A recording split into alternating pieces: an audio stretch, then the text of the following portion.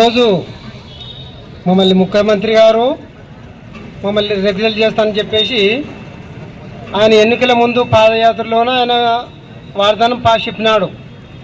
కాబట్టి ఆయన ఎంతో మాకు సహకారం అనుకొని మేము ఆశించుకున్నాం. కానీ ఈరోజు ఇంతవరకు 4.5 సంవత్సరం గడిచిపోయినా కూడా మా సమస్యలు అనేది ఏమీ అవగాహన లేకుండా చేసేసినాడు. మేము ఎన్ని విధాలా కూడా ఎంతో పని చేసినాం.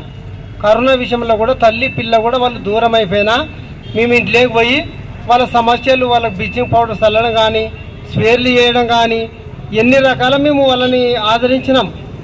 కానీ మమ్మల్ని ఆ రోజు కరోనాలో ఒక దండ వేసి ఆటికే సరిపెట్టుకున్నారు.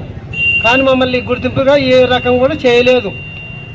కాబట్టి మమ్మల్ని ఎన్నో రకాలు కూడా ఆయన అసెంబ్లీలో కూడా చెప్పినాడు, వాగ్దానం చేసినాడు ఆయన. ఎందుకంటే వాళ్ళు చేసిన పని ఎవరు కూడా చెయ్యరు. వాళ్ళు చేసిన దానికి ₹1,00,000 ఇస్తే కూడా వాళ్ళకి రుణము తీర్చుకోలేమని చెప్పేసినాడు. కాబట్టి ఎన్నో రకాల మేము ఎంతో ఆశలు పెట్టుకున్నాం. అన్న జగనన్న ఇంతవరకు ఇంత టైం చేసినాం, మాకు స్పందించి మేము చేసిన మేలును కాబట్టి మీరు గుర్తించి మాకు గొంతెమ్మ కోరికలు అయితే మేము కోరడం లేదన్నా. కాబట్టి మీరు సహాయం చేసి మీరు త్వరలో మీరు మాకు రెగ్యులర్ చేయమని అడుగుతున్నాం. ఎందుకంటే మేము చేసే పనిలోన మాకు రోగాలు కావచ్చు ఎన్ని విధాలు మేము చేసిన కష్టము మాకు రోగాలకి తెల్లకి సమస్యల చేతనే మాకు సరిపోతుంది. కాబట్టి జగనన్న మాకు రిటైర్మెంట్ బెనిఫిట్స్ కూడా మీరు కల్పించండి. మాకు 5 లక్షలు మాకు ఏదైనా ఇంటికి పోతే కూడా మాకు ₹1 చేతిలో లేదు. కాబట్టి మీరు ఏ రకం చేస్తారో మాకు కల్పించండి అని అడుగుతున్నాం. జగనన్న మీరు ఎన్ని విధాలా మీ రుణము తీర్చుకునేలేం.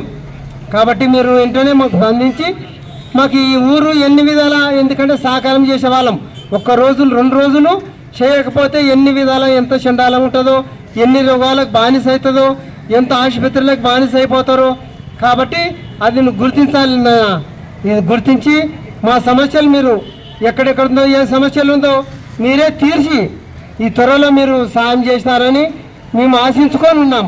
మా ఆశ పన్నం తృప్తి చేస్తారని ఈ క్రిస్మస్ సందర్భంగా మీకు నూతన సంవత్సరంగా మీకు శుభాకాంక్షలు కూడా తెలుపుకుంటూ మా మొర ఇన్ని అంగీకరించి ఆలకిస్తారని నేను నమ్ముతూ ఈ ప్రార్థనను మీకు సమర్పిస్తున్నాను.